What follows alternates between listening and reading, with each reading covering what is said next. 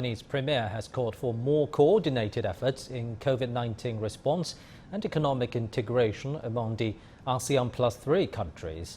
Li Keqiang was speaking at the 24th ASEAN Plus Three summit via video link. The summit includes all 10 ASEAN members, plus China, Japan and South Korea.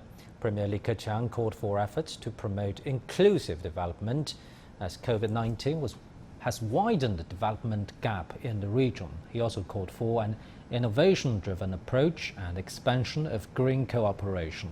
Meanwhile, the annual East Asia Summit, which involves ASEAN Plus Three and other leaders, including Russia and the US, addressed similar issues. Nathan King has more.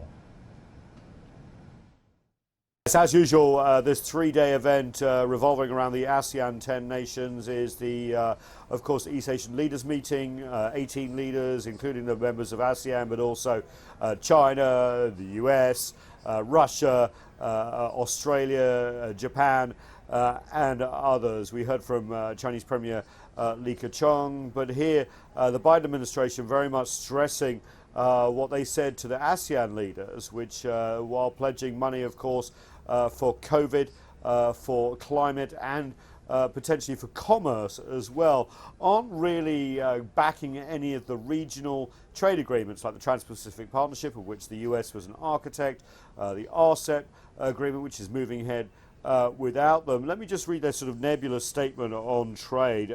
President Biden also announced that the United States will explore with partners the development of an Indo-Pacific economic framework that will define our shared objectives around trade facilitation, standards for the digital economy and technology, supply chain resiliency, decarbonisation and clean energy infrastructure, worker standards and other areas of shared interest. But as no real definition of a US plan in terms of dealing collectively under a trade agreement which many other of the ASEAN and other East Asian nations. It's interesting to see that the Biden administration is stressing the Indo-Pacific rather than the Asia-Pacific, even though they're talking to East Asian leaders. And also, it's going to be very interesting to see, even though Joe Biden is saying before he goes to Europe, of course, personally, he's saying virtually he will be there with ASEAN leaders going forward. A very interesting summit, of course, Myanmar overshadowing everything. No real way forward on that.